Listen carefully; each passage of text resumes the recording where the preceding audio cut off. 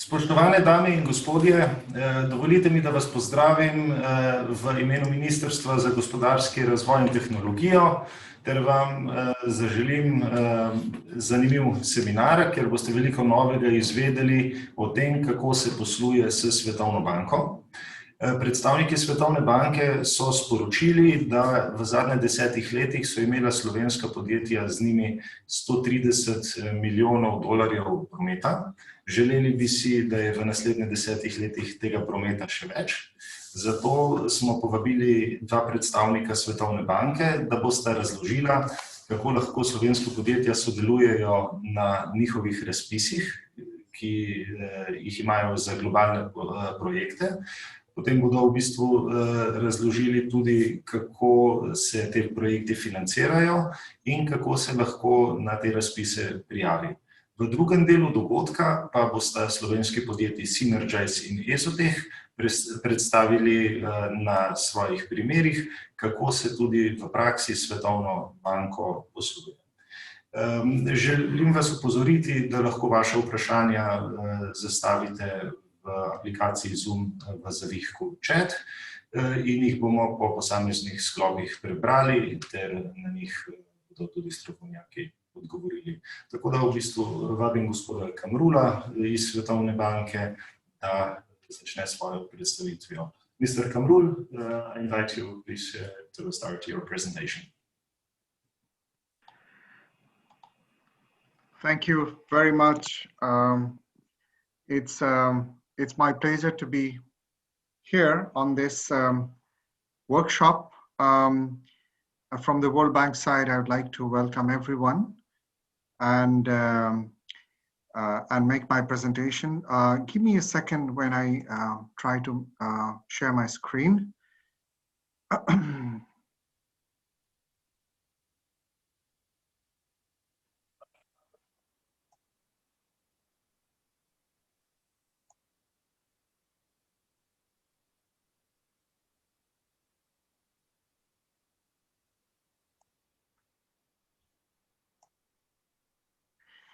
Okay, can you see my screen?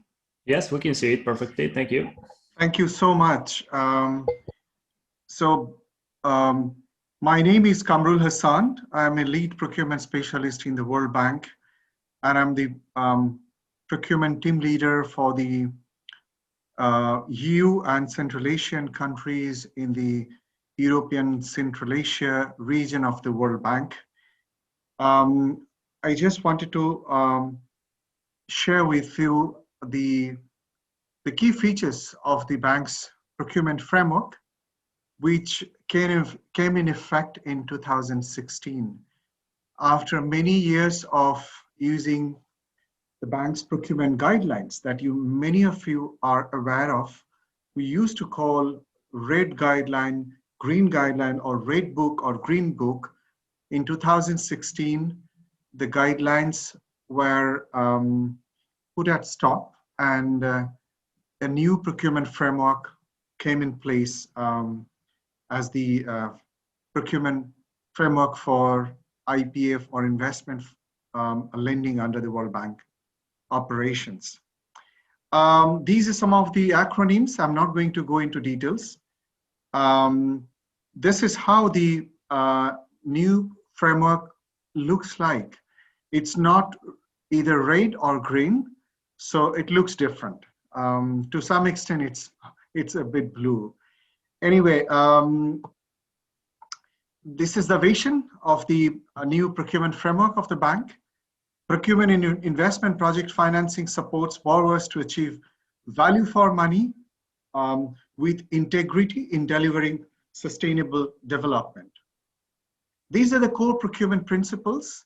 As you can see, value for money has a very distinct place as one of the core procurement principles. With economy, integrity, efficiency, transparency, fairness, we all had that in our previous guidelines. But this time, even the fit for purpose has been added as one of the principles. And these are the reasons basically why these two additional principles were added is basically to provide flexibility to apply the framework in the context. So it should be fit to the context, fit for the purpose. And value for money is something going beyond just the price and the quality. It also talks about sustainability and many other features that will ensure the best value for money or the most advantageous offer from the economic operators. So the core procurement principles have been defined further for your understanding. I'm not going to go into the details of each of the definitions because they are very detailed and self-explanatory. So in the interest of saving time, I'm not going to describe each of them, so you can possibly refer to that on your own. This is the pyramidal structure of how the new procurement framework looks like. It starts with a policy, that the bank's board controls. So once the board has approved the bank's procurement policy, it's supported by three secondary legislations, which are the procedures, regulations for borrowers, and the directive for the bank's internal management, and procedures to follow in the process, and that's also for the bank's staff. The regulations are meant to be for the borrowers, so those who borrow money from the World Bank, they have to follow those regulations. And then there are some non-mandatory guidance kind of thing. For example, best practice guidance, sustainability toolkit, examples, case studies, tools and templates.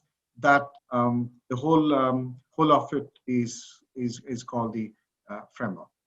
The procurement regulations, which is more relevant for the borrowers, it's basically says that the key features are the introduction of the project procurement strategy for development, which is called PPSD.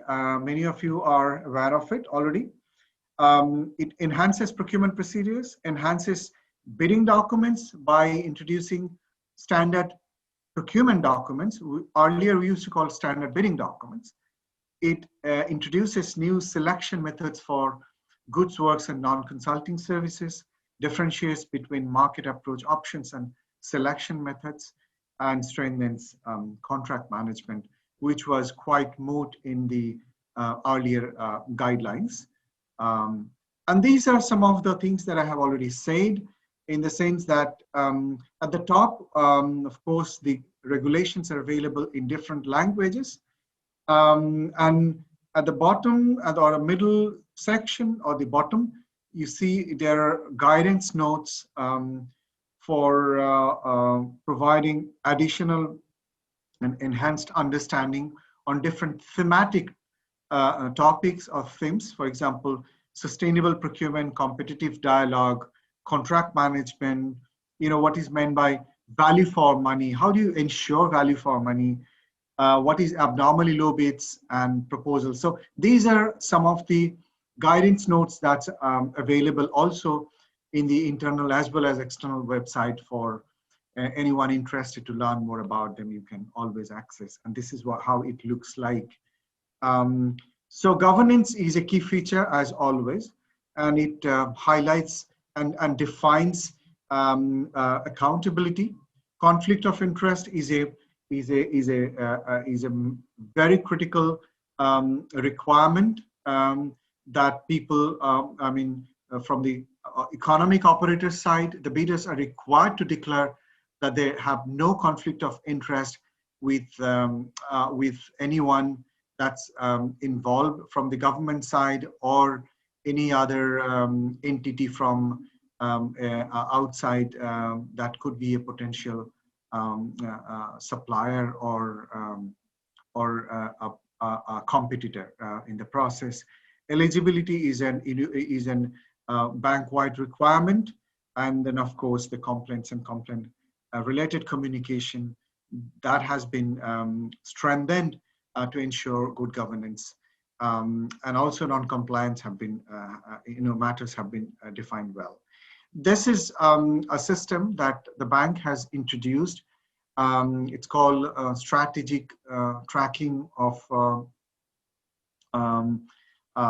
procurement communications. Basically, it's a software. It's a tool to track end-to-end procurement processes under the bank-funded operations. So it's a system that sits at the bank's server, but the borrowers and the procuring entities are required to connect to this system and process all procurement communications with the bank through this system. And the beauty of it is that it maintains records because these are electronically managed, and allows the bank to do analytics of the procurement performance.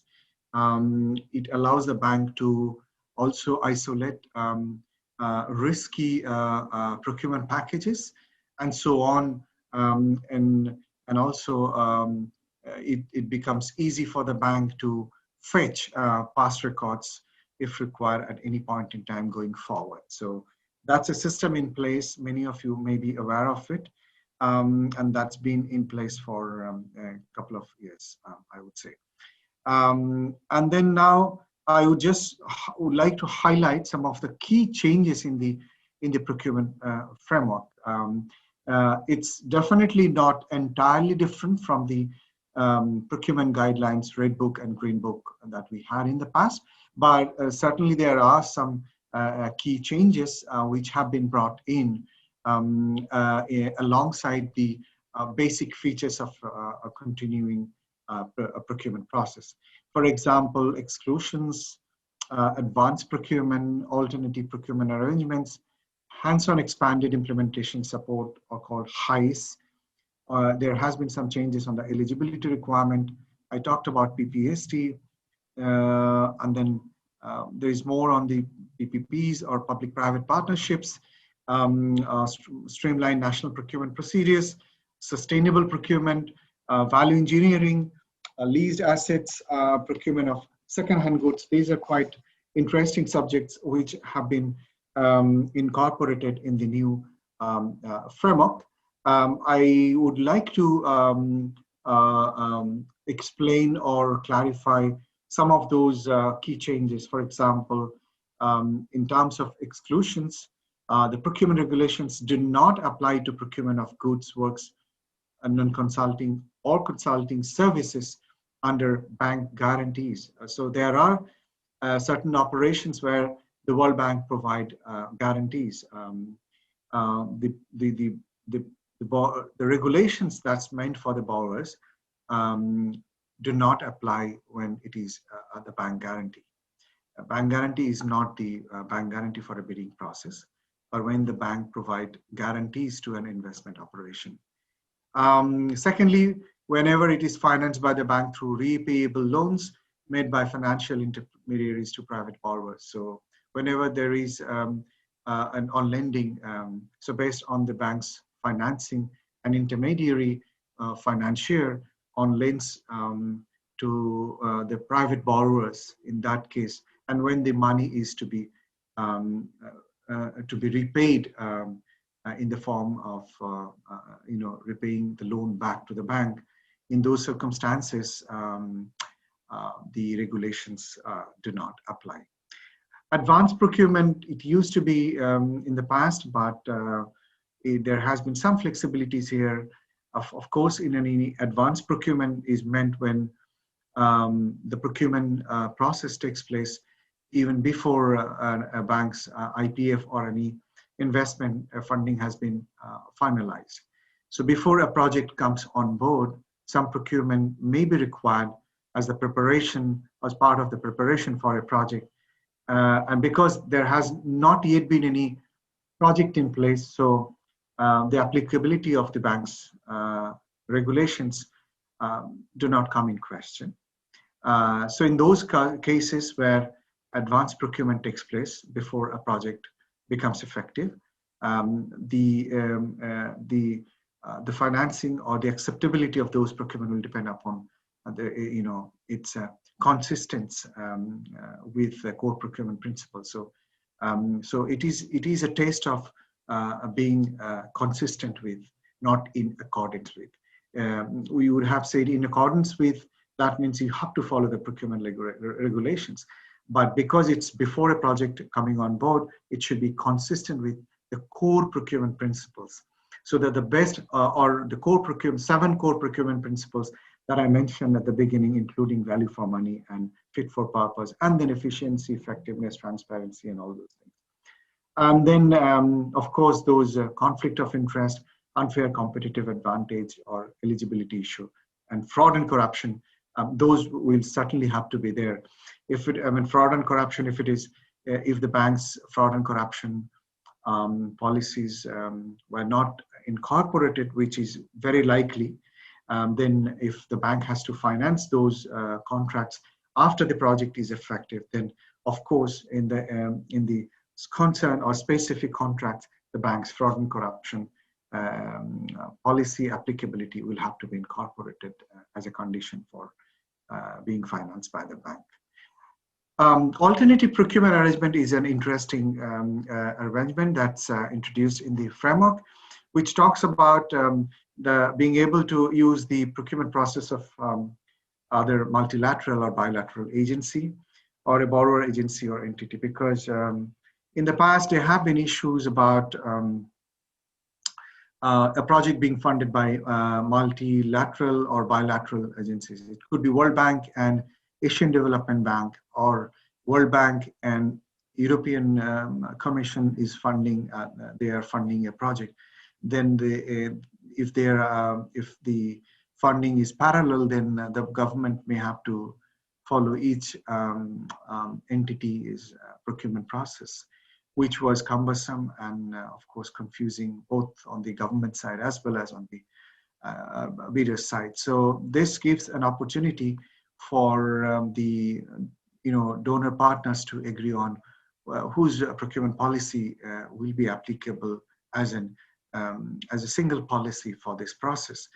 So it could be that the bank is also putting money, but at the end of the day, the procurement being followed, or the procurement is following the Asian Development Bank's or EIB's procurement procedures, and for the entire project, not just the portion of the money coming from the sources. So that's definitely a big advantage. It could also be that whenever there are certain conditions are met, it could be that a specific procurement entities or PIUs procurement process is being followed for most part of the project. It could be that in a project where there is more of community level procurement, or everything is supposed to be national level procurement, then upon assessments of a very limited criteria, 6, 7, 8 criteria, and those are very basic criteria. If those are met, then also for those procurement, the national procurement procedures could also be applied.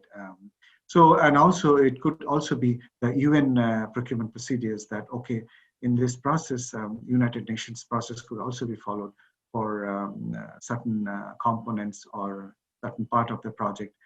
So those are some of the advantages brought to the alternative procurement arrangement. Hands-on expanded implementation support is a very effective way of supporting borrowers in the case of a poor capacity, or in case of urgencies or emergencies when required, and it's approved by the project financing agreement. The bank could provide support within a limited scope, of course, but it does not preclude some of the fiduciary requirements. So although the bank could help in the preparation of, for example, bidding document and all that, but if it is a procurement subject to prior review or ex-ante review, then those reviews will be carried out. The bank has its internal arrangement to make sure that, not the same person who supports, the client reviews also when it comes to the bank, but all those prior review requirements, post-review requirements, no objection requirements will continue to be there, but certain help will also be extended. For example, in drafting procurement documents, identifying strengths and weakness of bids or proposals, observing dialogue or negotiations, not being part of the negotiations, but bank staff could, be there as an observer. So those are some of the support possible now under these procurement regulations. Eligibility of SOEs, we know that there were certain conditions already were there in the previous guidelines, but now in place of entities, initially it was said that the entity should not be dependent of the borrower, should not be a dependent agency. Now it says that the entity should not be under supervision by the agency contracting them. The two other the requirements, that is the requirement to be legally and financially autonomous and operating under commercial law, those still prevail. And then cross-jurisdictional procurement eligibility. This is because many times a procurement involves more than one country. So there is one basic position that a firm, individual, or goods from one country may be excluded by the borrower if legally the borrower's country prohibits commercial relation with that country. That was already there. But the new provision says where a procurement is implemented across jurisdictional boundaries, for example, in a regional project, 2-3 countries, nowadays we have regional projects. In those kind of circumstances, the exclusion could be applicable to the other countries as well. And it could be applied across the other countries if the bank and all other borrowers agree.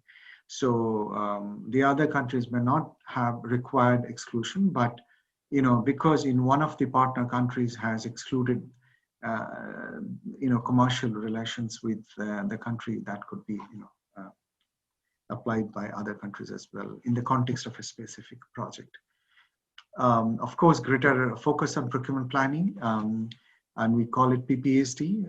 It's a big step to be done at the project preparation, which involves market assessment, connecting with the markets, to suppliers, to see, which was not there in a formal way in the past. And that becomes the market assessment, and then preparation of a strategy document becomes the basis for developing the procurement plan. So it identifies the risk, the complexity, and all those things are to be identified at the stage of developing PPSD. Just to give you a pictorial, feeling of how it happens. On the left-hand side, if you can see, there are 3 types of assessments. It is assessment of the operating environment, the borrower capacity and track record, and of course the market, as I said. And then basically these 3 analyses becomes the basis for what type of requirements, how the market approach should be, what kind of contract it should be, what will be the evaluation criteria, whether there should be some sustainability criteria, whether it will be price and quality and all those things, and how the contract management, what would be the key performance indicators for contract management. Those are the things are defined based on this analysis, and that the whole thing is called the PPSD. This is again a flow diagram, which I'm not going to go into. And then, of course, these things you already understand, the selection methods and SPDs. I'm also not going to get into those things. I just wanted to say that even for now RFP, which is request for proposals, you see on the third quadrant, on the top quadrant of the right hand side, request for proposals. This was known to be used for consultancy services in the past, but now according to the new procurement regulations, there could be requests for proposals even for procurement of goods. And when that would be applicable, or when that request for proposals approach is most appropriate. This is explained here.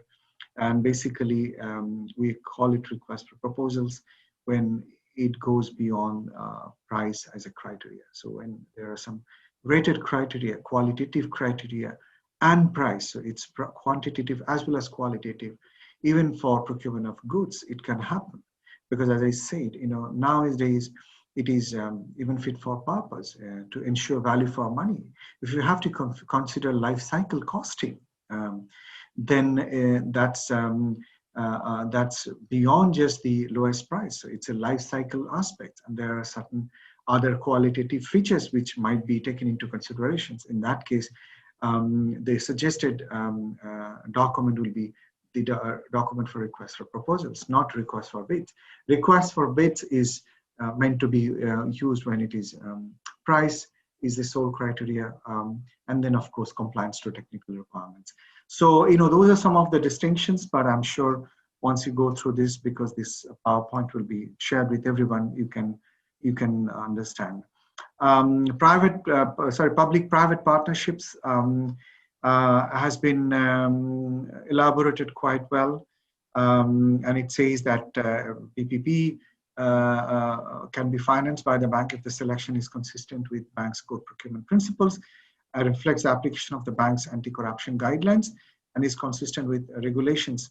And then if the private partner is selected on a competitive basis, then the private partner can procure the ongoing procurement using its own procedures if they are consistent with the core procurement principles of the regulations. And also there is a provision now, of course, within certain conditions for the use of unsolicited proposals. Then national procurement procedures. It's a very lucrative, I would say impressive approach, because it's a simplified process to use countries' own procurement procedures, but it has to meet certain standards. Those are very common standards. For example, advertisements are to be published, and then the bank's anti-corruption procedures guidelines will have to be followed. So there are 7, 8 this kind of procedures are there, and if a country meets that, then the national procurement procedures, or called in brief NPP, could be used for majority and parts of the project. And this is to be identified during the PPSD, whether NPP will be applicable, and if so, why. And then in the procurement plan, which comes out of the PPSD, it should identify those procurement packages where NPP will be applied.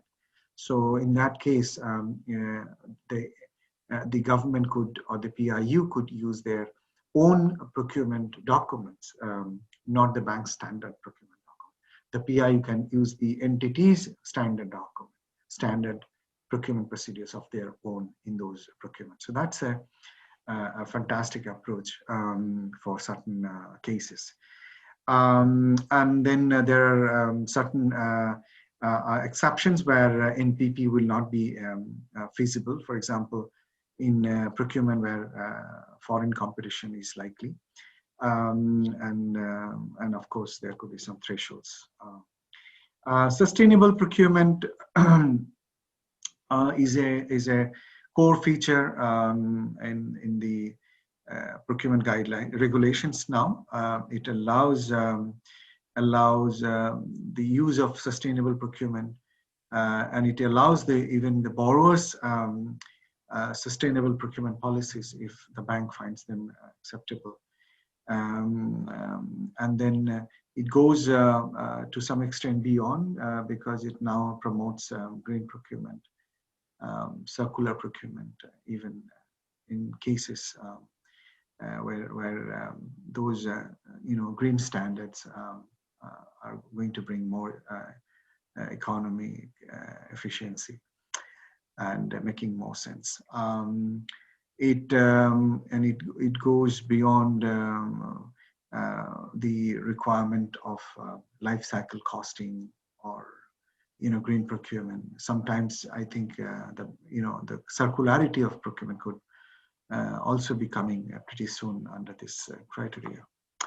Value engineering, many of you, those who deal mostly with the civil works contracts, I'm sure will be familiar with value engineering. It's a systemic and organized approach to increase efficiency or effectiveness by changing the methodology process or materials to reduce cost or reduce time without sacrificing the objective or the necessary functionality. It used to be already in the FIDIC works document, red document, but now it has been extended in request for bids also, and request for proposals for pre-contract award stage. So before awarding of contract, if value engineering is being proposed and is found to be acceptable, there could be acceptance of those renewed or revised approaches that could guarantee efficiency and effectiveness without compromising the functionality. Leased assets, many a times people talked about it, but it was not there in the past guidelines. So leasing may be allowed when there are economic and or operational benefits, like lower financing cost, tax benefits, assets required for a temporary period. For example, under the COVID circumstances, there could be increased requirement of ventilators, which may not be required in a normal circumstances to that extent. So in order to cater for the increased demand of ventilators, if feasible, possibly some ventilators could be leased from other countries if available. And then leasing may be used if it is agreed with the bank and specified in the procurement plan. And there is supported by risk mitigation measures in place. Second-hand goods, and that's also interesting because there could be circumstances where second-hand goods could be a reality or could be beneficial economically and and also from project's development objective. So second-hand goods should not be combined with new goods, and if warranted, then those should be describing the minimum characteristics like the age and conditions and functionalities, and of course appropriate warranty, so that the functionality is warranted for a certain period of time. And I have seen in this period of pandemic, many countries were trying to find second-hand goods, because second-hand goods in the sense buying the beds, because the number of beds that's required to address the pandemic was so high, and the government thought, okay, suddenly the requirement, the demand for say beds or any other, went up so high, like for example ambulance, so went up so high that possibly the manufacturers were not being able to cope up with the demand. So supply did not meet the demand. So what happened? I mean, to meet the requirement, or many countries were considering, okay, why not we buy second-hand beds? Possibly, if some countries have some additional beds to spare, those countries were less in pandemic, possibly could sell it to those countries where the demand was more. So those are some of the circumstances, and the regulations cater for all those circumstances. So it's 8:35 here in Washington, and I think I have 10 minutes before it could be handed over to the second presenter. But I would be happy to take some questions and try answering them. Thank you, and I will pass it over to the initiator. Thank you, to the host. Thank you very much, Mr. Hassan, for your presentation. I would like to invite any of the participants to point question, because Mr. Kamrul, he will have to leave in 15 minutes, so we are having him just for place. So any questions? If not, we are continuing with Ms. Antonia basically where the opportunities for Slovenian companies should be found. Thank you very much, Mr. Hassan. Thank you. So, Ms. Antonia, please. Hello. Good afternoon. Good afternoon to everybody. My name is Antonia Vijačka. I'm a procurement specialist based in the office of the World Bank in Zagreb, in Croatia. My presentation today will be on finding business opportunities and winning contracts financed by the World Bank. I will share my screen and put the presentation on.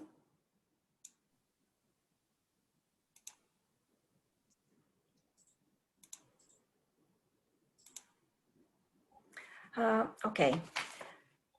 So the objective of the presentation will be to make a brief overview on how to find business opportunities on the World Bank financed projects. Some of the slides contain a lot of data, and they are included in the presentation for easy reference and for your information. The presentation will be shared with everybody afterwards, so you'll be able to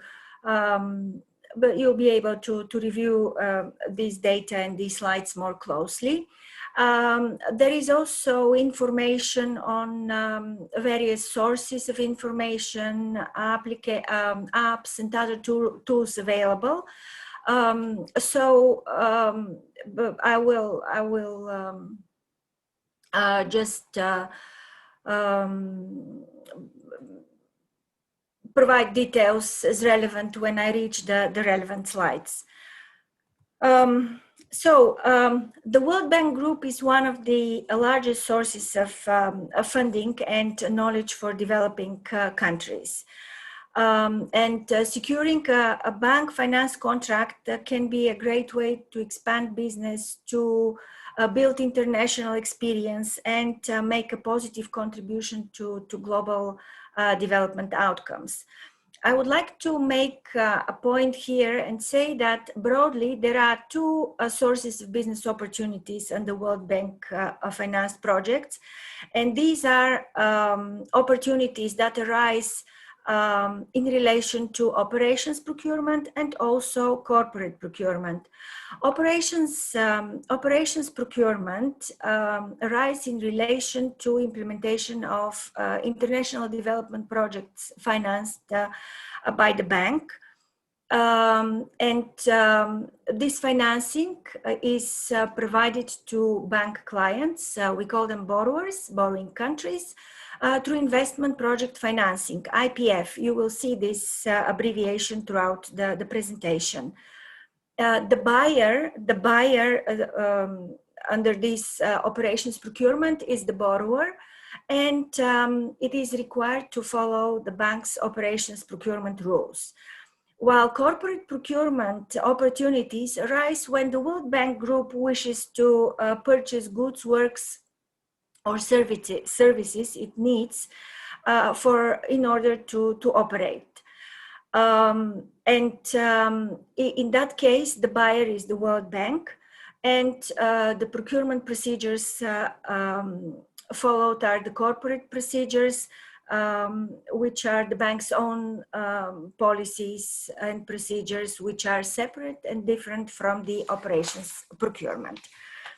The next couple of slides show the top 10 supplier countries in World Bank portfolio, and also, so you can see data here,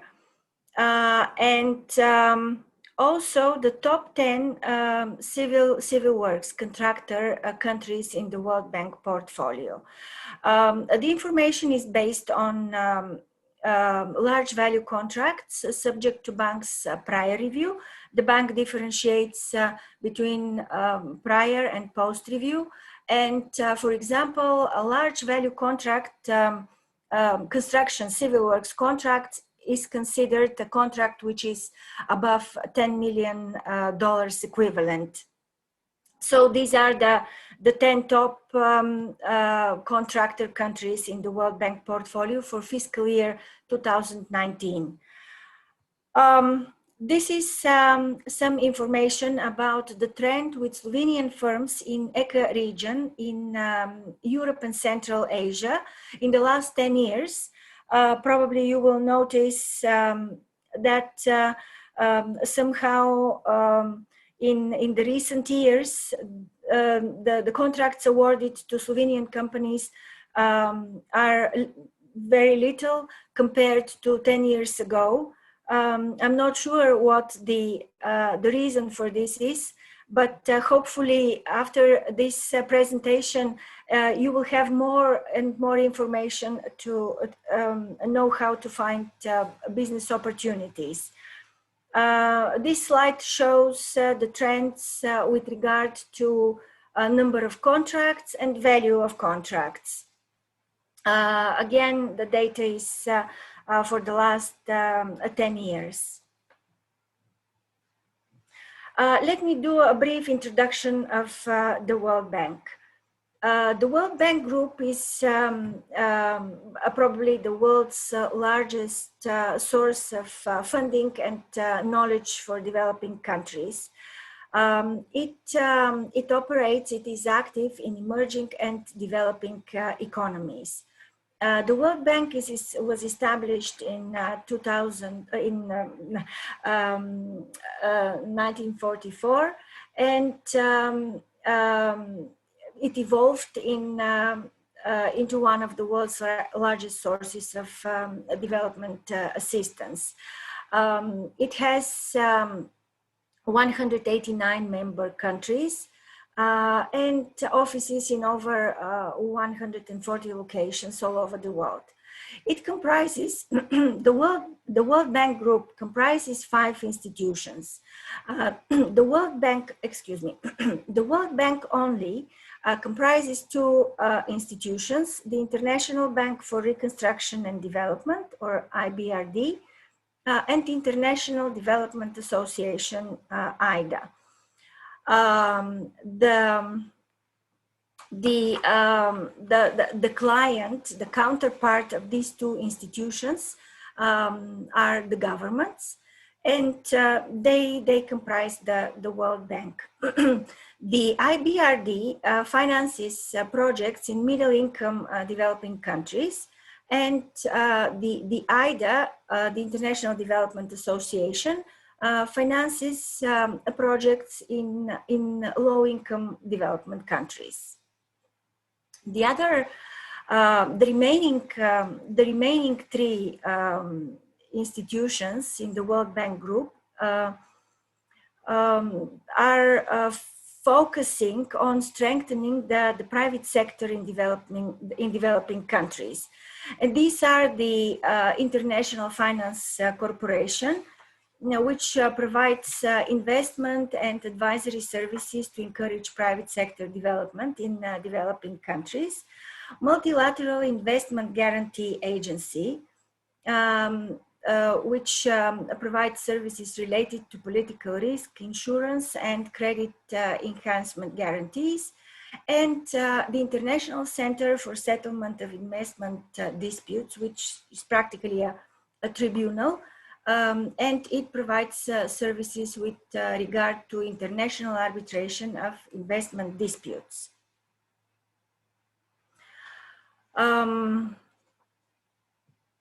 So the overarching goal of the World Bank is to end extreme poverty and to promote shared prosperity. Its portfolio for its commitments for the fiscal year 20 is $205 billion in loans. These loans finance investment project financing, IPF, and they are in the form of loans. IBRD provides loans, and IDA provides credits and grants, and guarantee financing to governments.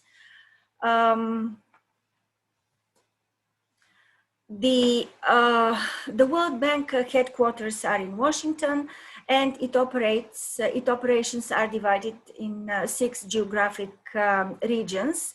ECA, which is Europe and Central Asia, MENA, Middle East and North Africa, Latin America and the Caribbean, East Asia and the Pacific, South Asia, and Sub-Saharan Africa. As you can see from this diagram, the largest portion of financing goes to Sub-Saharan Africa, followed by East Asia and the Pacific, South Asia, and then Latin America, Europe and Central Asia, and Middle East. The financing and the projects which the World Bank finances cover all sectors of the economy, and the largest portion is the largest portion is for the transport projects in the transport sector, followed by the water, sanitation and waste management, social protection, energy, agriculture, and then followed by the soft sectors. Why bidding on bank-funded contracts? Because, as I said, it is a good opportunity to expand business, to gain international experience, it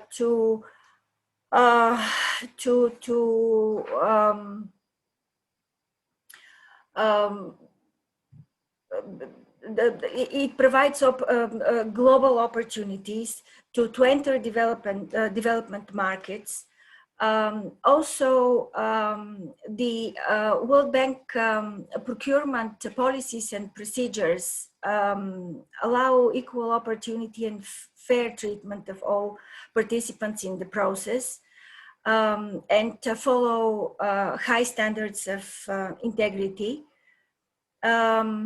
The contracts may vary in size, in scope, and also duration, and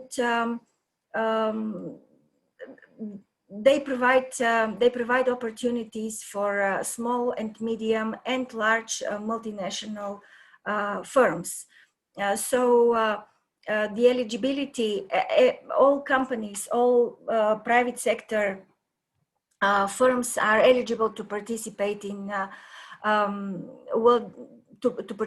to bid in bank-funded contracts, as far as they meet the qualification requirements. There is no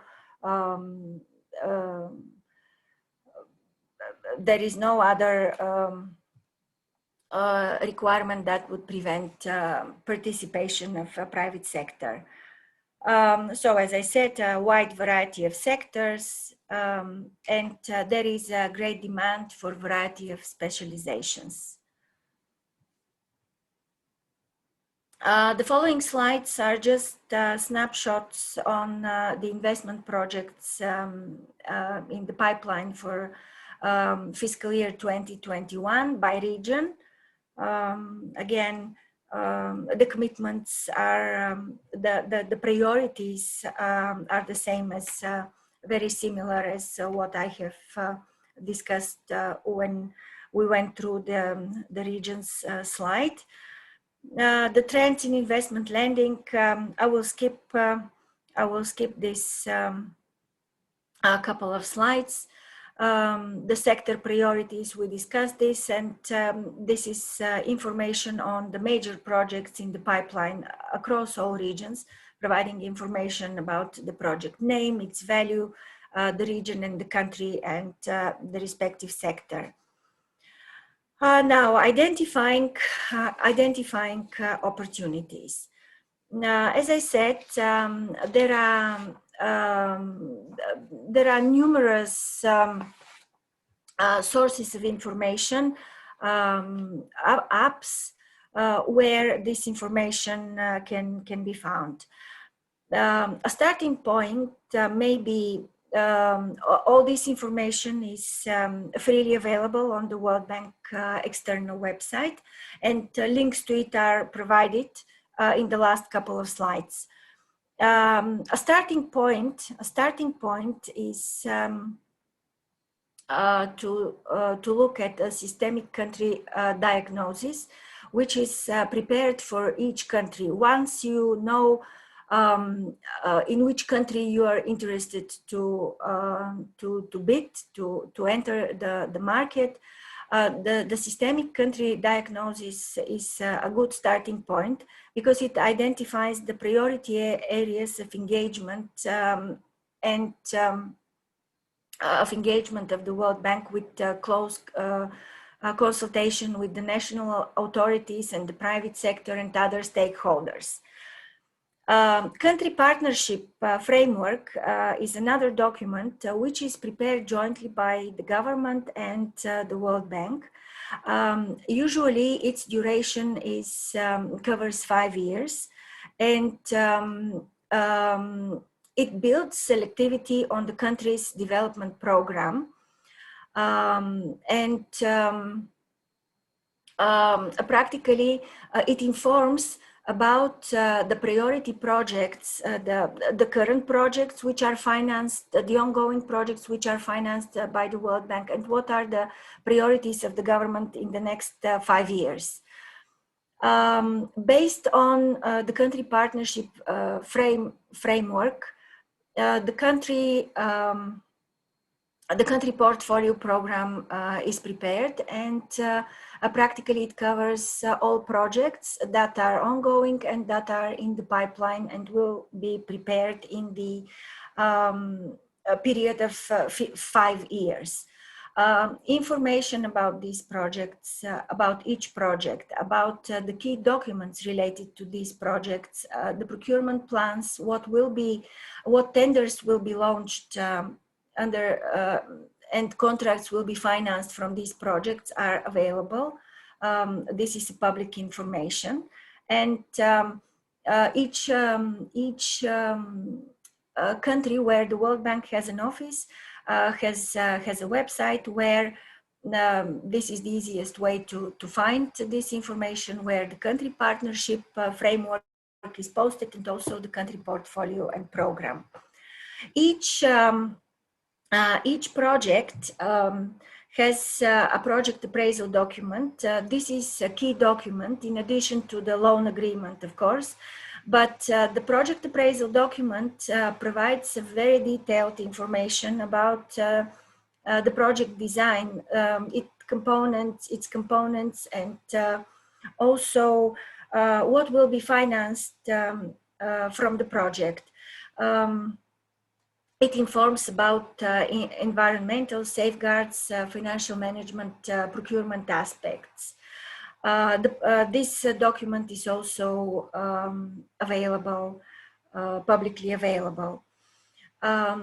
Usually after a project is negotiated and the loan agreement is signed, the borrowing agency, the implementing agency of this project is obliged to publish a general procurement notice. This is practically an announcement to the private sector, informing the private sector that there is such a project, what it will finance, and what are the major projects, contracts which will be advertised internationally. And also there is information on the contact point for this project. Of course, for each specific contract, specific procurement notices are published. These are practically invitations for bids. This is just for information. One of the most useful tools in supporting market analysis is supplier preferencing. Actually, it shows how a supplier views a borrower as a customer. Detailed information about this tool is provided on our website. There is a link. Later on, you will see it.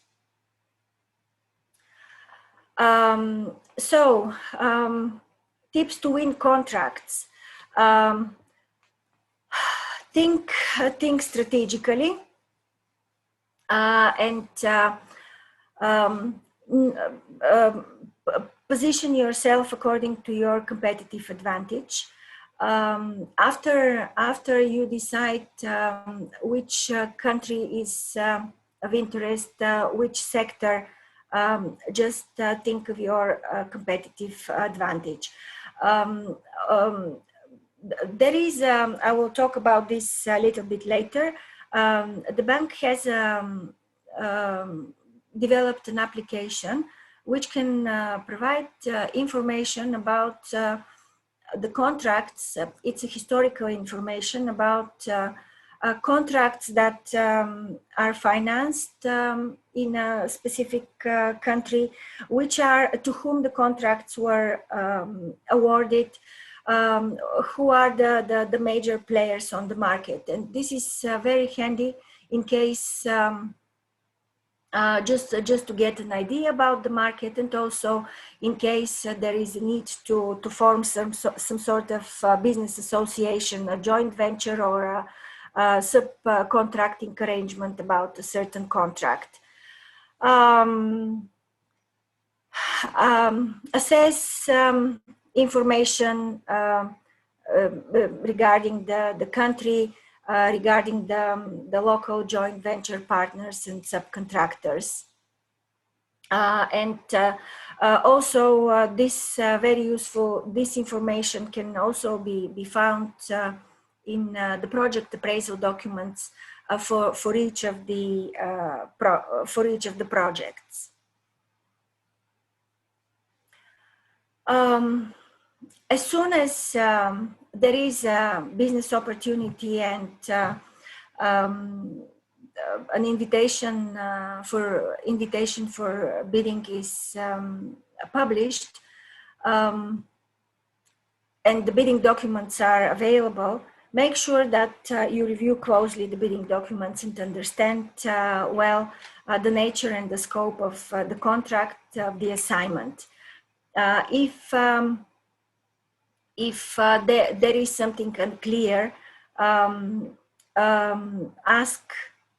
for clarifications.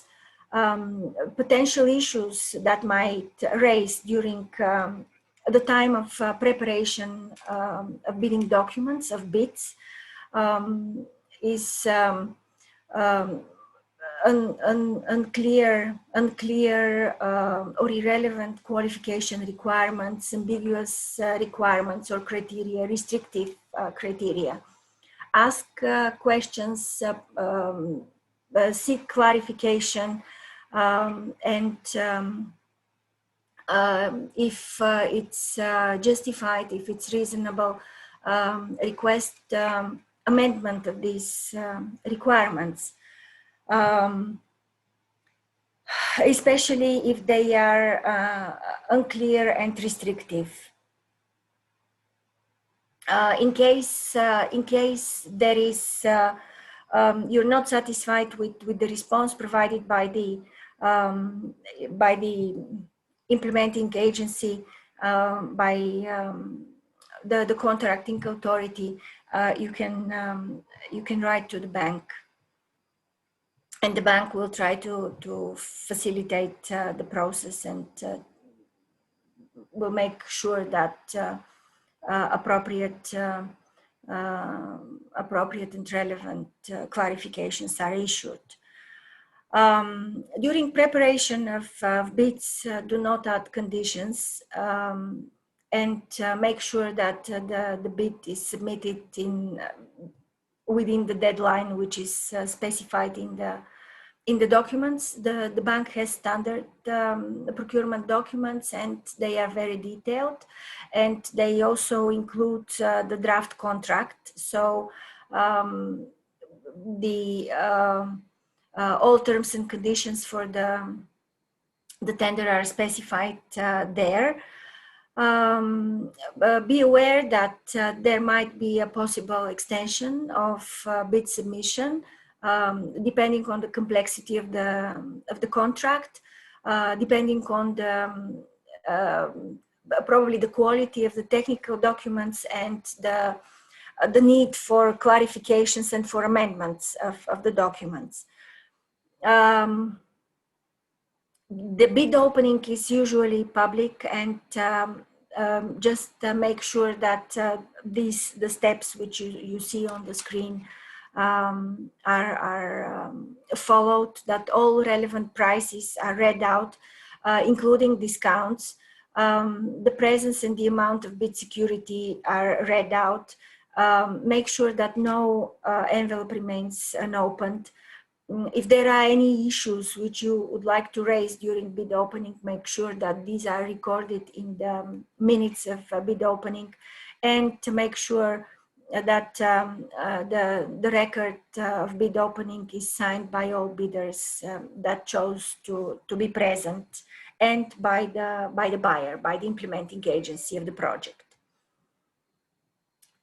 Things to be careful about is the amount and validity of the bid security.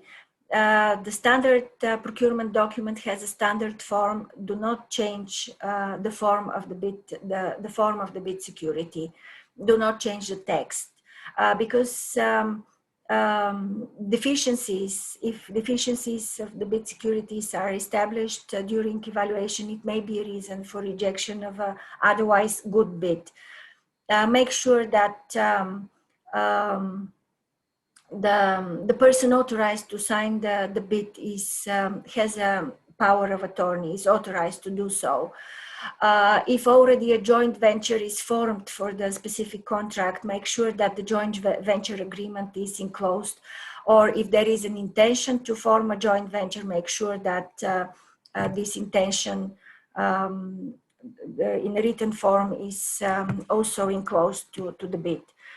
Enclose relevant references which are required to support qualification and experience.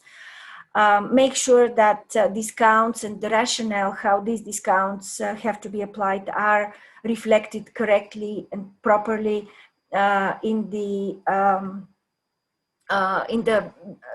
bidding document. Make sure that the envelopes are marked as appropriate. Usually there are very clear instructions in the procurement document what should be, how the envelopes should be marked. And of course, again, to summarize, the most important aspects to which to pay attention during bid preparation, and don't miss the bid security if it's required. Do not submit conditional bid. Make sure that the amount of the bid security is correct and is the one which is required. Make sure that the validity of the bid security and also of the bid is correct and as required in the procurement document. Enclose the supporting documents, because it may be a reason for rejection depending on the importance of the document. Incomplete and partial bids may be rejected. Bids have to be signed, and as my colleague indicated in his presentation, conflict of interest is an important aspect to which attention should be given. And if there is a conflict, if there is a situation of conflict of interest, it should be disclosed in advance in the relevant section of the bidding document. While preparing the proposal, the bid, if a pre-proposal briefing is organized, make sure to attend it. Fully address the requirements and make sure that the methodology for delivery is very clear. If there is a requirement for innovation, make sure that you provide details, propose a strong project managers and experienced experts if it is a consultancy contract. Make sure that you provide clear and relevant details about technical and regional expertise for similar projects.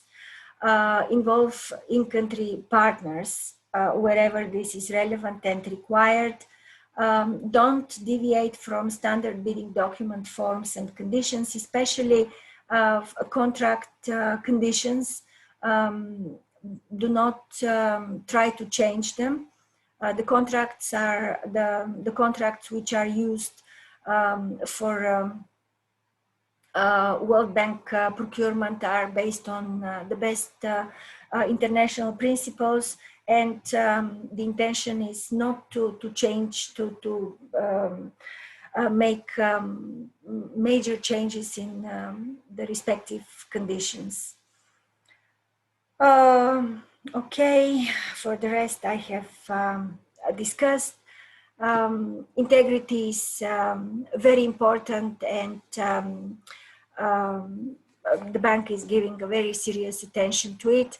The relevant procurement consultant guidelines and regulations, and the guidelines on preventing and combating fraud and corruption provide definitions about the sanctionable practices. These are fraud, collusion, obstruction, corruption, coercion. The bank has integrity vice presidency, which has a responsibility to investigate allegations for corruption, and also the bank has sanction procedures, and of course a list on which companies and individuals which have been suspended or debarred are listed, and this list is freely accessible. The range of sanctions, there is a broad range of sanctions depending on the reason for that. This is some statistical information about the debarment and sanctions that took place in the last 20 years. The procurement regulations provide the option for debriefing and complaints. Unsuccessful bidders may request debriefing from executing agency, and if they are not satisfied with the explanation provided, they can contact the World Bank. Of course, the debriefing has to be requested during the specified time, as specified in the procurement document. Complaints can be submitted during the procurement process. The bidding documents, the proposal documents can be contested. The decision to reject a bidder and the decision for contract award also can be contested. The complaints have to be submitted in writing. There is a 10-day standstill period between the notification for contract award and contract award. So complaints have to be submitted during this period of time. Complaints are submitted in writing, as I said, to the implementing agency. They can be copied to the World Bank. At the end, there is a slide which provides information with contacts. Excuse me, Antonia, Yes. we are according to the schedule, coming to the second part. Yes, I just. I think. Okay.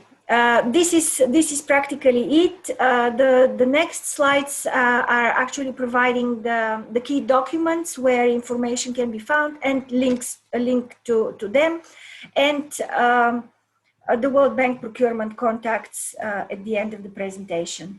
Thank you very much for your attention. Thank you very much, Antonia. So we will check if we're having any unanswered questions. So there was Janes pointing question regarding the integration trial into project P164330 in Ghana. Do you maybe have any information for him?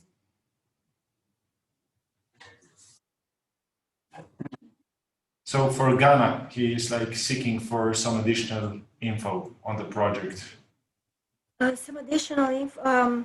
Yeah, okay. I think that this information about this project can be found on the World Bank's website, and it can be found. You have to use the P number of the project. So. Probably it's either the general website of the World Bank or the website of the World Bank office in Ghana, where there is information about the entire portfolio. So there should be an information about this project, specific project as well.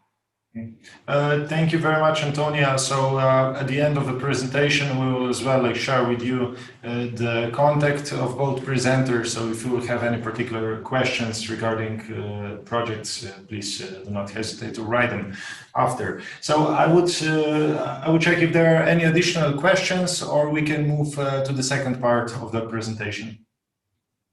I would like to suggest that probably you collect the questions which were not answered, or if something was not clear, and we will try to address them and to respond. And we send back the answers in writing to you, and then you distribute to the participants. Thank you very much. Thank you, Antonia, again. And I would like basically to invite Mr. Wilczynski from company Synergize to start the presentation. Hi everyone, so you should see my screen very soon. Can you confirm you can see my screen? Yes, we can see it. Okay, so hi everyone, my name is Rega Wilczynski. I'm coming from Synergize, and yeah, I was asked to present some of our experience in working with World Bank. Maybe just a few words about our company so that we get the context. We are a geospatial software company making software on more or less all the devices out there, from handheld GPS devices to mobile devices, desktops, internet, so on and so on. And we do our projects in three specific fields. One is supporting agriculture subsidies and things like that. Second one is land administration. So here we are talking about land cadastre, property valuation, deeds, everything that has anything to do with the real estate. And the third one is cloud-based satellite processing or Sentinel Hub. Now, most of our projects are basically country scale projects in Europe and Africa. And then you have Azerbaijan, which is somewhere in between Asia and Europe. And most of the projects are really for the governments, right? We are establishing some core system elements that are then used within the government, which obviously fits quite well with what was just mentioned in the World Bank presentation, especially the land administration part, simply because the land administration is kind of one of the cornerstones of any economy in the developing countries. So it's very important. And this is where actually we also came along World Bank. These are the bolded countries are the ones where that we were working with World Bank, Macedonia and Montenegro here in Europe. These were agriculture-based projects. And then Azerbaijan and Ghana projects were land administration based.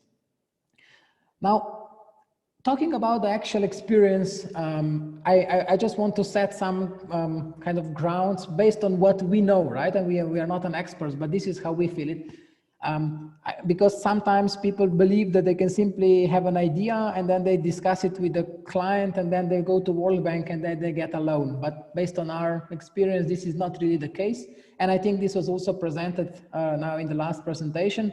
I mean, typically the project that we worked on were like hundreds of million euro plus project, which was composed of several sub-projects, right? And that means that if there is an idea, you will probably need to construct the whole story and so on. And this typically starts with a project fiche, which is done by some consulting company, which does the, which basically presents how a specific development would benefit the country, its development.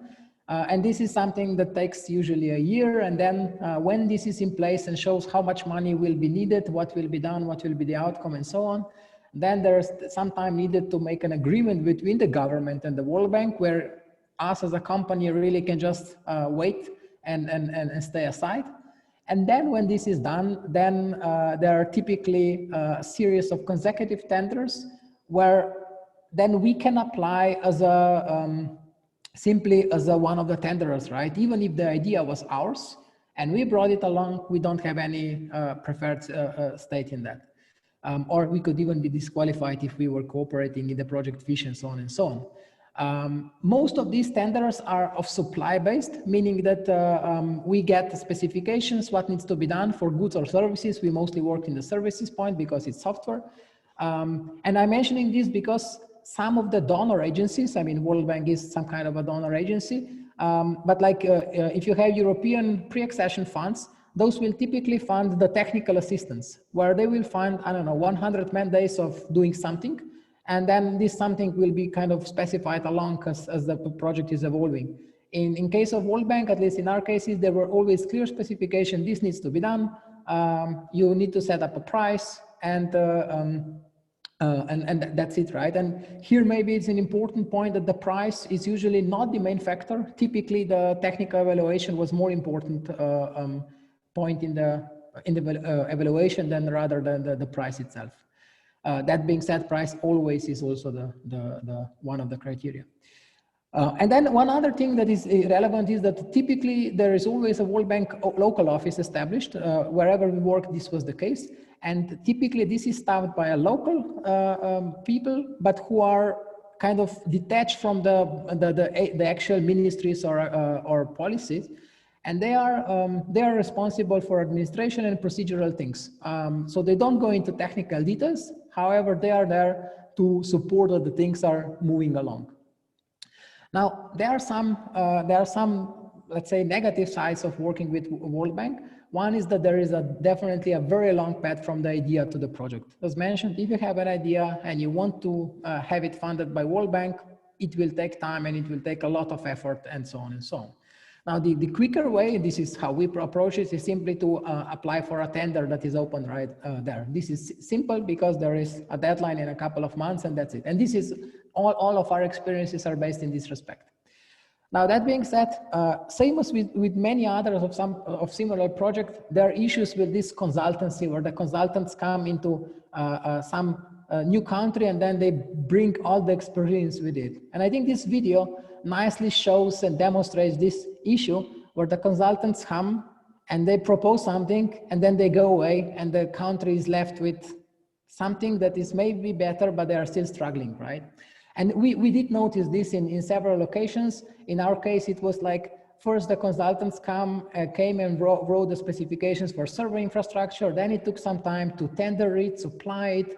Then there was a consultant writing the specifications for the software. There was a tender, supply of software. This is where we came in. But when the software was finished, basically the server infrastructure was already outdated because it was there for a couple of years and nobody really thought about that at the time when they were writing the tenders. And the other thing is that usually these consultants come and go, and then we are left to basically settle a mess of whether it's something that they didn't write properly, but obviously when we do the software, the country actually needs it and wants to use it, and therefore, yeah, they have an issue if something is not working as expected. So there is this thing is to be expected simply because they are large, long-term projects and the consultancy world is alike. That being said, there are many good things working with World Bank. First of all is that we always found the World Bank office to be politically neutral. This is important because all of our projects, and typically these projects are in the developing countries, where the politics usually play a very important role in decision making, and that is sometimes difficult if you just don't want to play along the politics. And this is where World Bank usually comes, and they, at least in our case, they were always professional and they were always focused to results. They didn't go into, always it was like in line with the procedures and stuff, but they were flexible if they could be flexible if they were able to get better results for the country in this respect.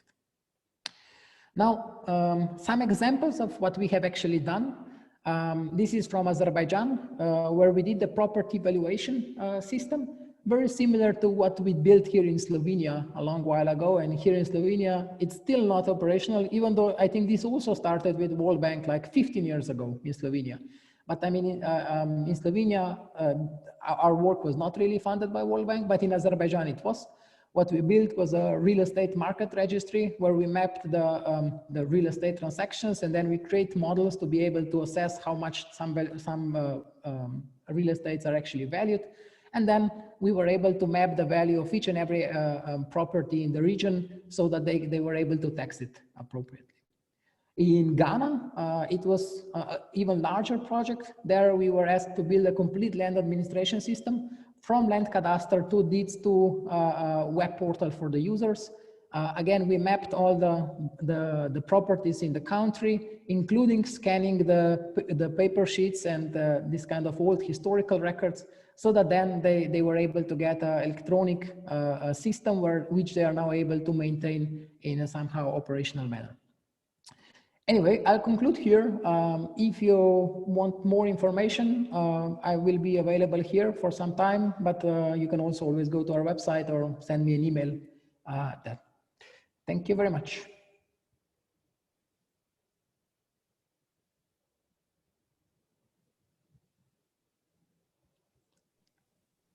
Hello? Thank you very much, Mr. Milczynski. Interesting presentation indeed. So the questions will be available after the presentation of company izkoristiti. So I would like to invite representative of company izkoristiti on the stage. Hello, everybody. My name is Robert Skudurni, coming from izkoristiti, and I'm a little bit from let's say harder part of contracts that are provided and financed by World Bank. Okay, let's see if it's working. Is it working? Yes, we can see it. Okay, great. So I will present our projects in Ukraine.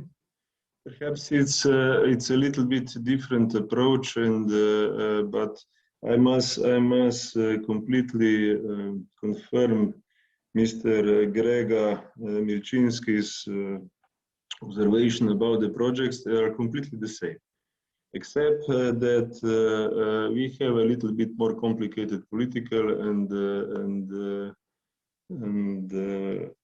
let's say legal systems in Ukraine, and has a little bit more problems. I will also try to reply and explain how the process in the EPC contracts is going, and what are our observations through the bidding phase and the construction phase. At the moment, we are in one project in also the commissioning phase, and we are in non-projects for the warranty period phase. But we are expecting there some let's say challenges. So we expand our businesses in Ukraine. So Ukraine joined the World Bank in '92. Currently, World Bank in Ukraine is realizing a project to improve public infrastructure. That's our field: road traffic safety and power transmission, urban infrastructure development, and energy efficiency. So we applied for. Oh, sorry.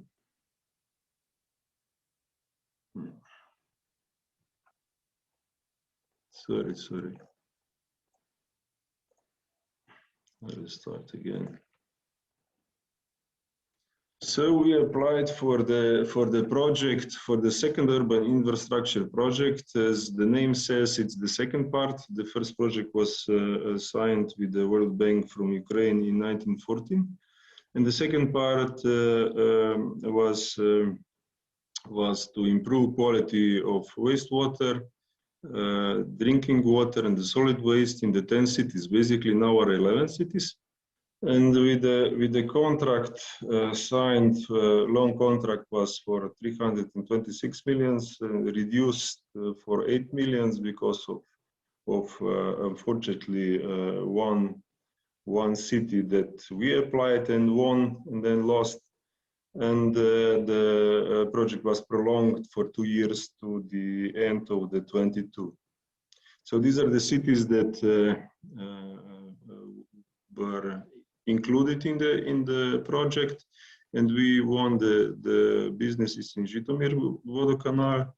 And I must say that the same year also the company Rico won the contract, and we won, like our project is 10.9 million, and Rico's project is approximately for 14 million. So just these two projects were more than 25 million. So perhaps some discrepancies in data is to be found.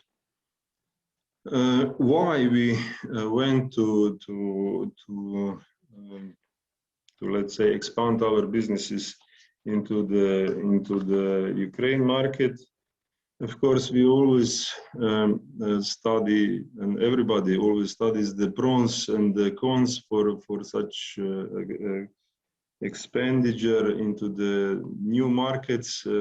Of course, obvious cons are war conflict due to Russia military aggression and hugely expanded corruption, both in public as private sectors. And there's also a lot of new things developing every day regarding legal system and regarding the new rules that are applying. But what at the end decided what was the deceiving reason that we decided to go to this market was that time all the cohesion funds ceased for a few years, for 5 years. The Balkan region was still preparing. The European, Central European countries were closed, and all technology companies within the ecology sector were struggling finding new projects and new businesses in the globe. And at the same time, the second urban infrastructure project started with quite intense bidding. And we decided to start. Why we decided to start? Because we also read the World Bank procurement regulations, and we saw there's some, let's say, safety in it. If we go with the book, and if the borrowers, so the utility companies, goes with the book and also the support with the ministries, the contractor has, let's say, quite a lot of security, especially for getting paid. And the other things was, of course, the expected higher margin, and also one project with the Spirit, which were opened, and we also get some additional funding for market entering support through Spirit project. which we then, of course, created the business plan, the marketing plan, established some networking with the local joint ventures, with some suppliers. And then we also, of course, for the conquering in these projects as EPC contractor and also as designer, you have to have all the licenses in that country, and through that project we established and achieved all the licenses for the company, for the representative office, and for the persons that should have qualifications for the bidding. One question today was through the chat how it looks, the contract or bidding process or bidding documents. So these are for Zhytomyr wastewater treatment plant contract qualification. It is just summarized for something which is a little bit out of the usual practice. So eligibility is one of the, but it was presented quite widely. And also historical contract non-performance is really checked out. And for the contractor, there is, let's say, reasonable but not so small requirements for the financial situation. So you have to prove for the last 3 years or 5 years difference of different tender that you are a sound company and you have a good financial position and also your profitability. This is not usually required by EIB or KFB or any other public tendering. The usual, it's average annual turnover, and in addition, this is financial resources that you have to provide. Let's say at least quarter of contract that you have the assets or do you have the credit line so that you can carry out the project.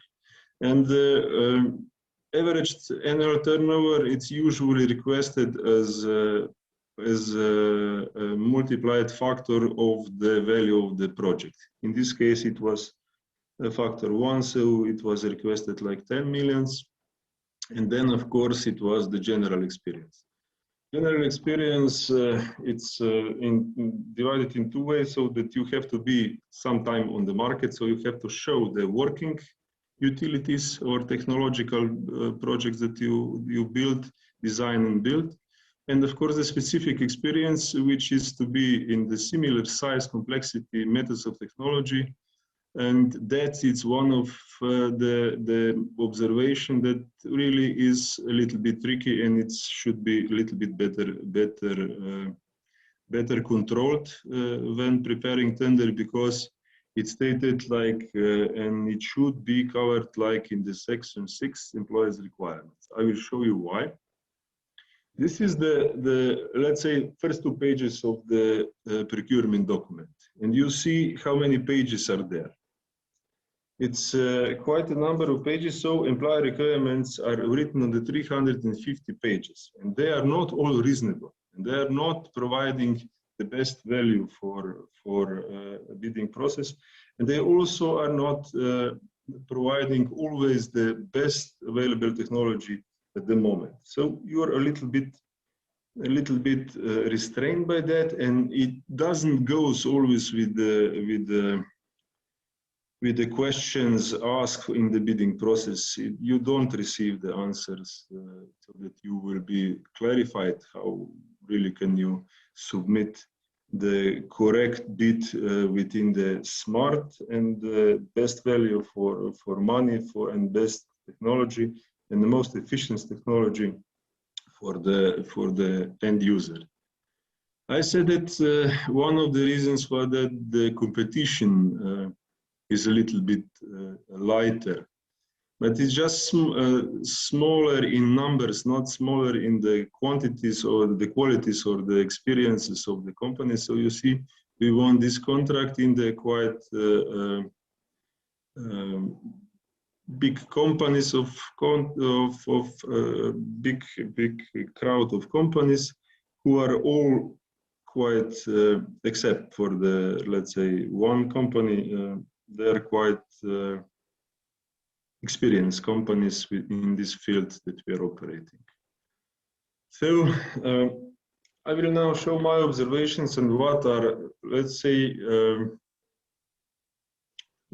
places for improvement also for the World Bank to go also on the second part of the non-obligatory governance of the borrower or the process of the contract for bidding.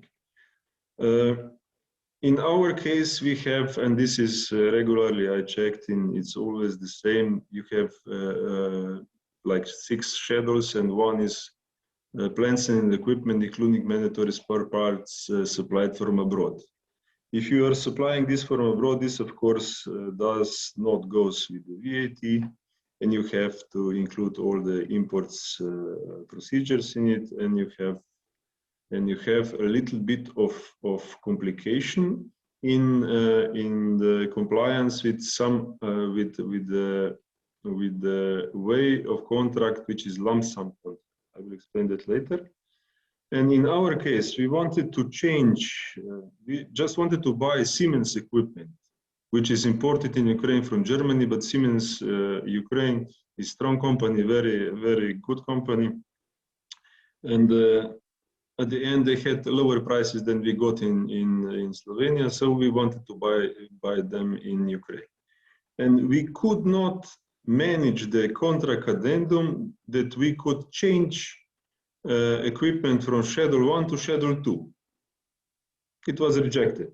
The official explanation was that the CPMU, that's agency who operates the contract, rejected that in the name of the World Bank. It's not in any case reasonable, and it's not, I don't know why, but we couldn't do that. So we had a huge problems in that area. And also the second thing is like that. This is a lump sum definition contract. And in this, these 2 items, you see 3 things that are very strange.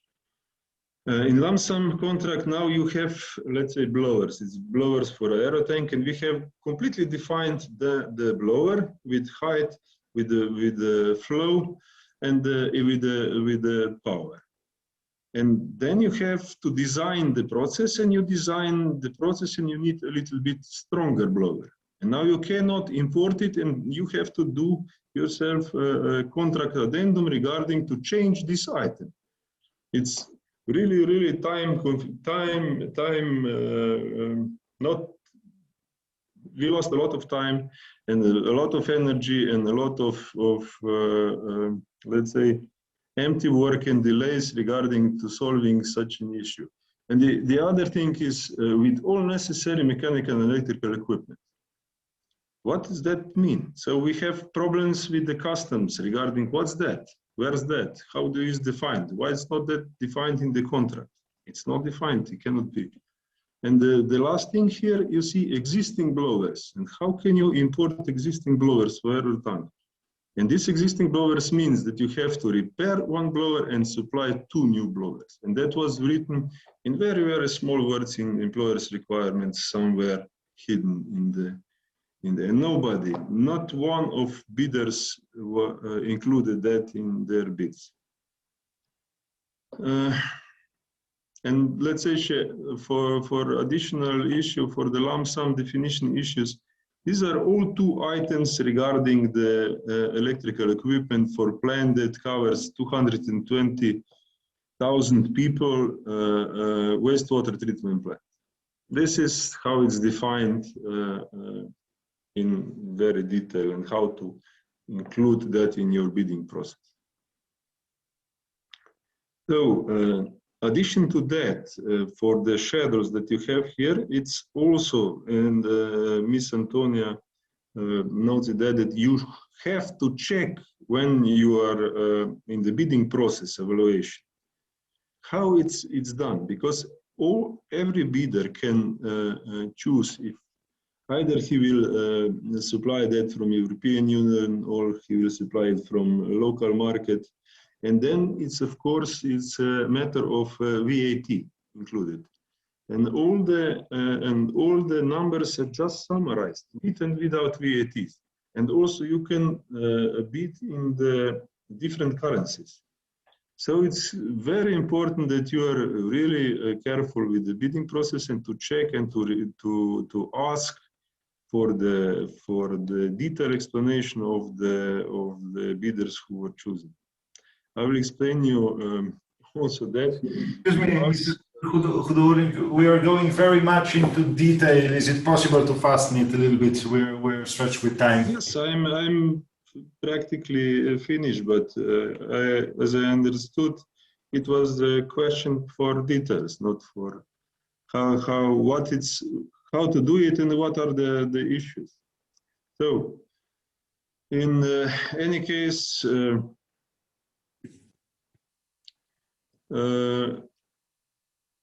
the governance of the project is quite much done for the borrower, and it's a little bit less protective for the contractors. I also have at the moment we have problems with payments, which were the main reason that we decided to go to these markets. And in the process of governments, we didn't have the supervisory engineer more than half a year, so we lost half a year, and also in the bidding process, the unreasonable time schedules due to local processes of getting the approvals and the building permits and so on, which are longer than complete time of the contract was implemented. So we are now in the commissioning phase, and also the in commissioning phase we have problems now to secure the operators who will support the new facilities, and of course after we will leave the premises, we will have this warranty period time, and how to protect ourselves against misuse the utility is yet to be seen. So my question is to and also in the contract we are not protected. We have to submit all the bank warranties and all the insurances and everything, but we are not insured not to be paid, and we cannot change this contractual, and we cannot implement any contractual amendment, and that's mainly my idea how if we can see something regarding that, not just for the process. The process is written good for protection, but it's not really applicable for the contractor. So, Miss Antonia, you are having very extensive question pointed, and challenges of one of the largest suppliers from Slovenia pointed. So we are looking forward to hear a short reply on that, and maybe even more in detail afterwards. So thank you. That's from my side all. And in my presentation, you will get some links regarding to the site and the presentation of the project.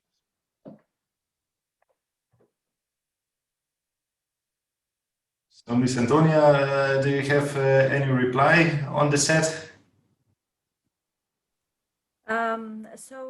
Thank you very much for both presentations. From what I can see, there were a lot of questions. Maybe it would be, probably I will not be able to answer all of these. Maybe it will be helpful to get these questions additionally, and I'll try to address each one of them. But with regard to the first presentation and the comment about the long procurement procedures, I agree, we have noticed this. trend in many countries, but the procurement process is one thing, and the implementing agency's capacity is another thing. And sometimes not very well prepared technical documentations for a procurement, for a contract, lead to many issues during the procurement process and later on during contract implementation.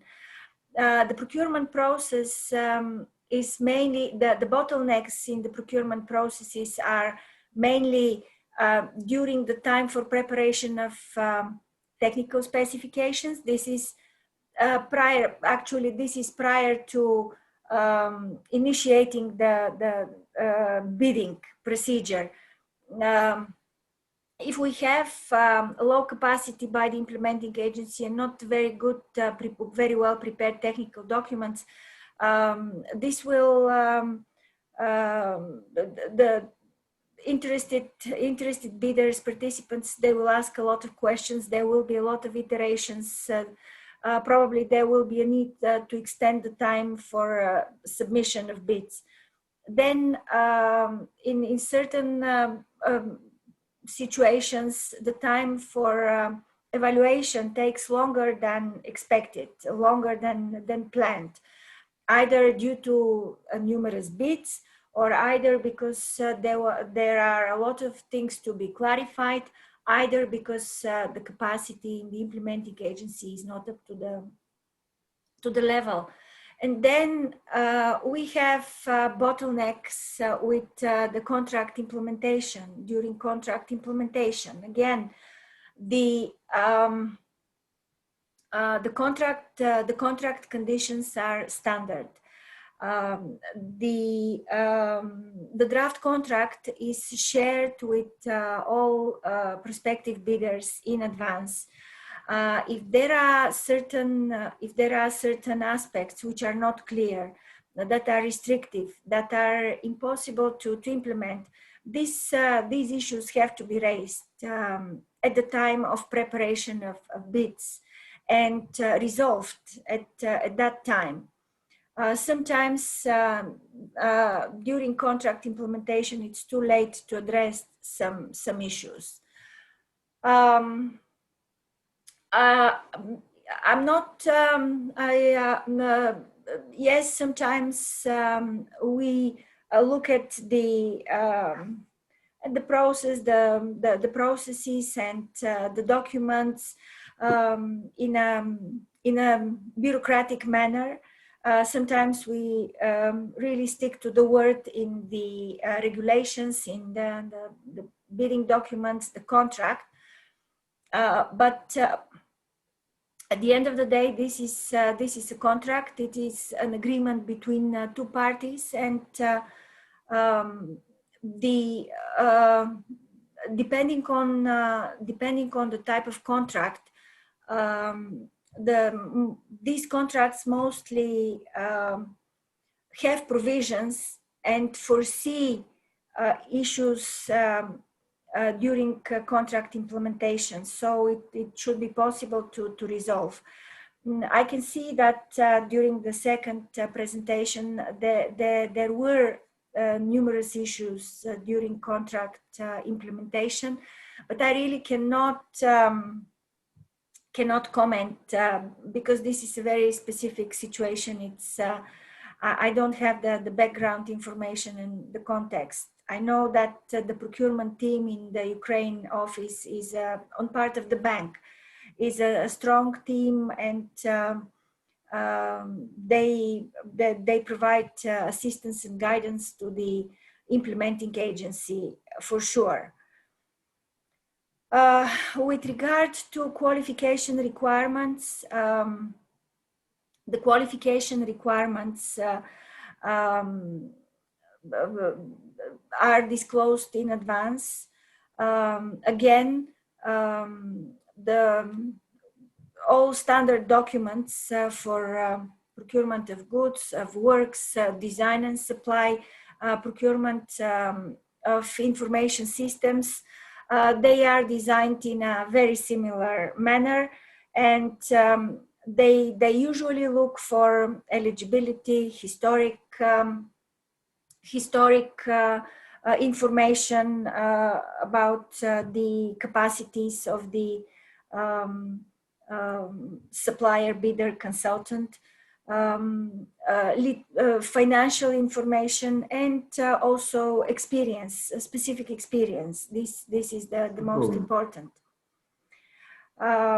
So in case some of the qualification requirements are not relevant, are not justified, also you should react during the time for preparation of the bids.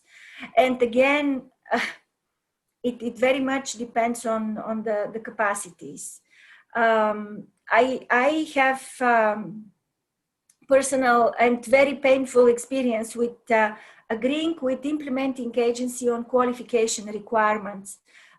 It took, in one particular case, it took more than half a year discussing what the qualification requirements should be and why they should be at a certain level, because there shouldn't be a compromise with the quality. There shouldn't be a compromise with the quality. Sometimes the persons involved on part of the implementing agency, they have their own rationale and views why they would like to lower the requirements or to make them very excessive. In the particular case which I had, they wanted to lower because they wanted to open up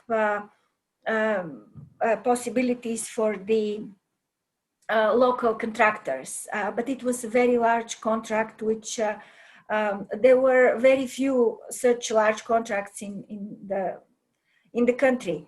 And of course, eligibility does not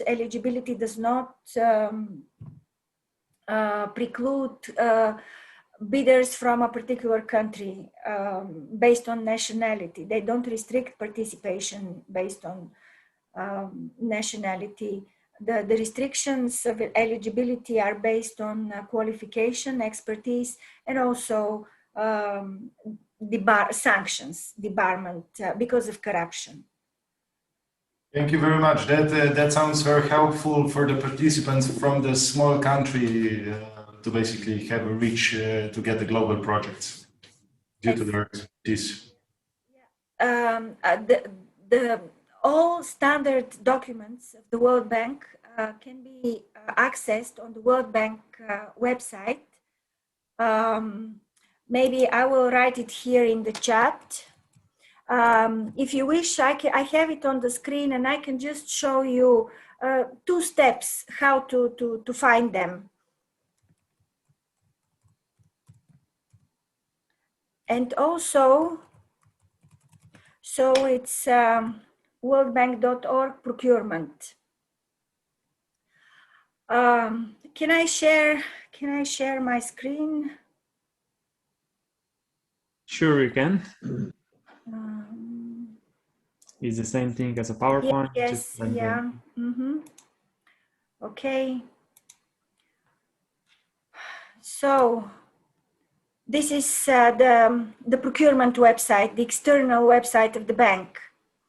One thing which I would like to tell you, there is a guidance on finding business opportunities and winning contracts financed by the World Bank. It looks like this. I have printed it, and it also provides step-by-step screens how to find documents which are referred to in the presentation. On the website, so you see there is a lot of information here. You will see projects prior to July 2016 and projects after July 2016. This is after July 2016, the projects are subject to the new procurement framework, the procurement regulations. Before that, the procurement and the consultant guidelines apply. This is the difference. So I'll click on the after July 2016. And then you will see overview, the procurement framework, and standard procurement documents. So all documents are listed here, and you can review them and you can see how they are structured. But all documents have the general part, which is related to the procurement process, and the contract form, which is disclosed in advance to everybody. This is what I wanted to show. I'll stop sharing the screen. Thank you very much. Yes, and also about the project in Ghana, I was able to find information about the project on the World Bank Ghana website. There is procurement information, the project appraisal document, everything is there. I was not able to read all of the questions, so if I missed something, if I haven't answered to any questions, please send them in writing and I will respond. We are as well having a question if there's everybody, if it's possible that everybody applies into bank's procurement tool and track available operation RFP. Can you say it once again? Is everybody? Is there everybody? Is there opportunity for everybody to apply into bank's procurement tool and track available operations RFP? You mean the procurement app or the financial app? There are two apps which can be downloaded, both on iPhones, on all smartphones.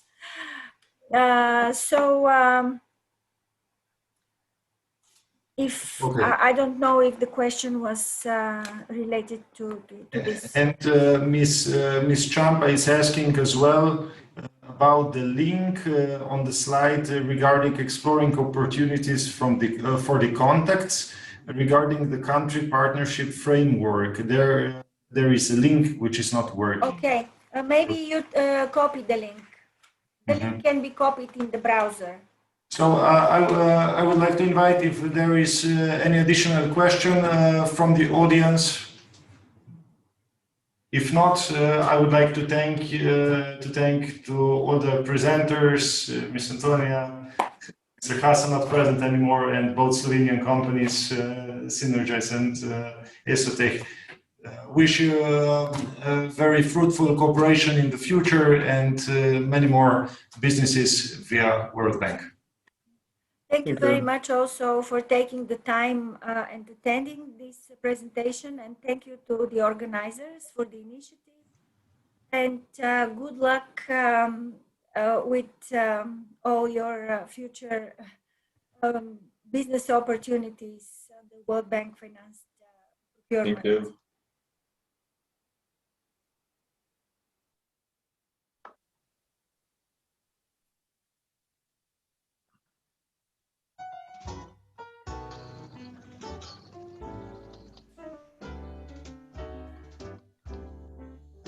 Mademoiselle qui passait sans souci dans vos rêves, bien plus que la vie. J'irai même pour chanter.